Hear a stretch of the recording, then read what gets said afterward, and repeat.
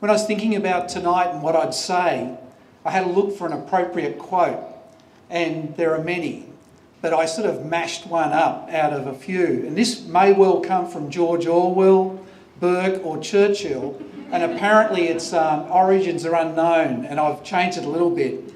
But it goes like this.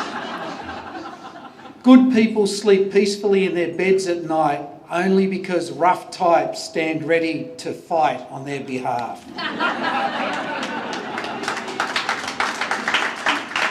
You might think this is a bit odd, but Sophie Underwood and the Alliance are our rough types in this planning debate.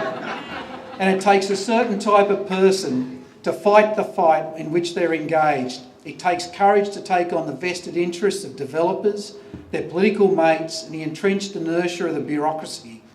But this is exactly what Planning Matters Alliance Tasmania is doing, with courage and at personal cost. And I believe it's time we all join PMAT on the ramparts. Let me explain why. The first point I want to make is that this is way bigger than the small print of regulations. It's not about some arcane debate over rules and regulations. PMAT is engaged on our behalf in a battle for our Tasmanian identity. This is about who we are as a community and literally our common wealth. I grew up here in Tasmania and spent a lot of time working interstate and overseas, and it's given me a unique outside-in perspective. I now understand that what we have here in Tasmania is very, very special. It's something we sense, we feel deep in our souls, and it's also about what these days we call brand. I raise this to make the point that this planning debate isn't a debate about pro and anti-development. It's about a high road or a low road strategy for Tasmania and what we stand for and the wealth that we bequest to our future generations. Brand matters to a place like Tasmania for two reasons. First, it's highly valuable.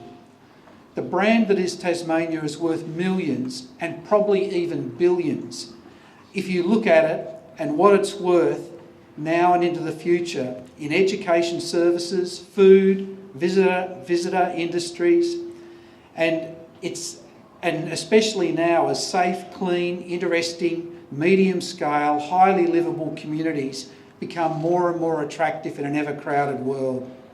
And it will be our bequest to future generations. Now, the driver of this value is difference, and that difference comes from deep inside our islands and our story.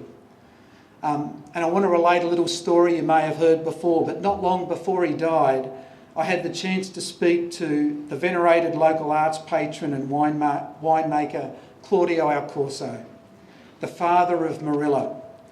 I asked him in which direction he thought Tasmania should take as we sat in the round room at Marilla, which is now, of course, the entrance to Mona, which was then not even an idea. Claudio said Tasmania must be different. The future, he said, did not lie in mimicking Melbourne, Sydney or New York. He said that what people in our ever-shrinking world valued about this place was Tasmania's difference and its quality. Yes.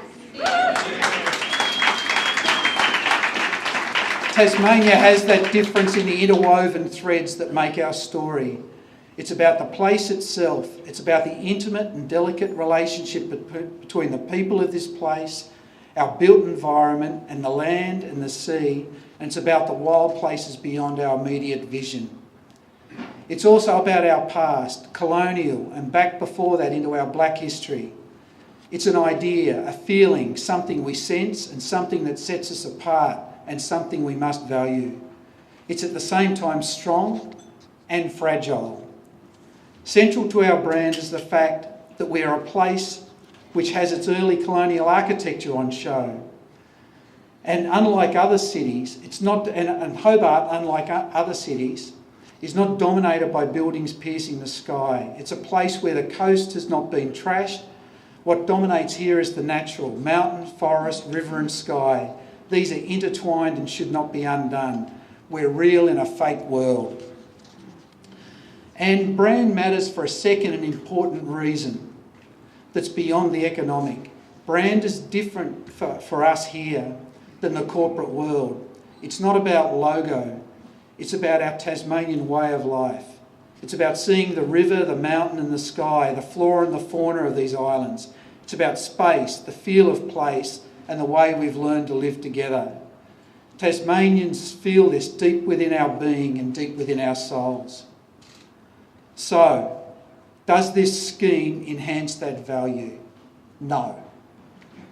The planning scheme opens us up for proposals like fragrance towers and worse that will destroy what makes us different. The towers might suit the sterile sameness of Singapore, but they are not Hobart. They are not Tasmania. They say nothing, absolutely nothing of us, our story and who we might be. Simon Current named this up recently when he wrote about the strategy we should be following. He talked about us taking the high road towards quality, or not the low road towards high volume tourism. Fragrance towers, mark my words, is on the low road. The trouble is the planning scheme opens up the door to rubbish like this. In a mindless stampede to demonstrate we're open for business, the government would sell us off as part of a low-brow push to drive up tourism numbers and get cranes in the sky. The Fragrance Towers ambit claim is just the start. There are other grenades hidden in the scheme. The way is being cleared for bogan developments on our coast, in our national parks, next door to where you live, and the very places that make us uniquely Tasmanian. The scheme says nothing of Aboriginal heritage. And under the scheme, we're essentially locked out from having a say. This is not what our brand, our community, our way of life is all about. So, my friends, where does this leave us? I believe it's time we all join the Planning Alliance on the ramparts.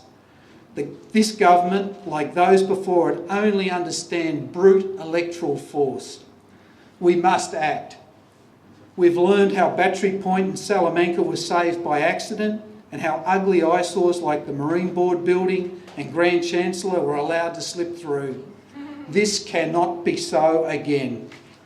We need to make choices about what we stand for and have the courage to say no to fragrance towers and other ugly, stupid development proposals that will follow.